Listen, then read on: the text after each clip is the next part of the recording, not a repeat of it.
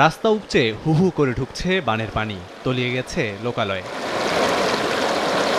পাহাড়ি ঢলে নদ নদীর পানি বৃদ্ধি পাওয়ায় বন্যা কবলিত এলাকায় চরম দুর্ভোগে শিক্ষার্থীরা, বিশেষ করে এইচএসসি পরীক্ষার্থীরা। জামালপুরে ডুবে থাকা সড়কের পানি মারিয়ে দুর্ভোগকে সঙ্গী করে কেন্দ্রে যান পরীক্ষার্থীরা। ভোগান্তি নিয়েই দিতে হয় পরীক্ষা। এছাড়া জেলার 53টি প্রাথমিক বিদ্যালয়ের পাঠদান বন্ধ রয়েছে।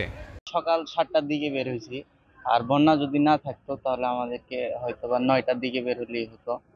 আর বন্যার কারণে আমাদের পরীক্ষা অনেক কঠিন হয়ে গেছে। এখন রাস্তাঘাটে সব জায়গায় পানি, বাড়ি থেকে লুঙ্গি পরে আসতে হয়, এদিকেও সামনে রাস্তায় পানি, আমাদের অনেক সমস্যা হইতেছে যাওয়ার পথে।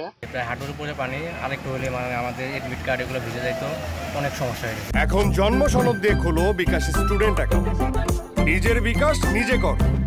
সিরাজগঞ্জ ও কুড়িগ্রামের অনেক এলাকা অথই পানিতে ভাসছে। পানি ঢুকে পড়ায় বন্ধ হয়ে গেছে অনেক শিক্ষা প্রতিষ্ঠান। এতে ব্যাহত হচ্ছে পাঠদান। শিক্ষক ছাত্রছাত্রী কেউ কেউ নৌকা কিংবা ভেলায় করেই স্কুল প্রাঙ্গণে ছুটেন। বন্যার অবনতিতে কুড়িগ্রামের ৭৯টি মাধ্যমিক, ৩৬টি মাদ্রাসা ও ৬টি কলেজের পাঠদান ও সামষ্টিক মূল্যায়ন পরীক্ষা বন্ধ ঘোষণা করেছে সংশ্লিষ্ট বিভাগ। এছাড়াও বন্ধ রয়েছে ২২০টি প্রাথমিক বিদ্যালয়ের পাঠদান। তবে কোনো কোনো শিক্ষা প্রতিষ্ঠান পানিতে ডুবে থাকলেও সেখানে পরীক্ষা অব্যাহত রয়েছে।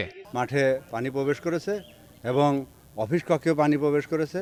তবে পরীক্ষা কার্যক্রম সঠিকভাবে চলমান, কারণ সারা বাংলাদেশে একযোগে নতুন কারিকুলামের পরীক্ষা। সিরাজগঞ্জে যমুনার পানি বেড়ে ৫ জেলার ১.৫ লাখ মানুষ পানিবন্দী। বন্যা দুর্গত এলাকায় দেখা দিয়েছে বিশুদ্ধ পানি ও খাবার সংকট। ক্ষেত খামার তলিয়ে যাওয়ায় কর্মহীন হয়ে পড়েছে খেটে খাওয়া মানুষ। বাড়িঘর ছেড়ে গরু ছাগল নিয়ে বিভিন্ন স্কুল ও উঁচু স্থানে আশ্রয় নিয়েছেন বানভাসীরা। টিবল সব তলা গেছে, পাক শাকের কোনো ব্যবস্থা নাই। মুড়ি টুড়ি খাওয়া দাওয়া সকালে থাকি, সারা দিন রান্না বাড়ি ই করতে।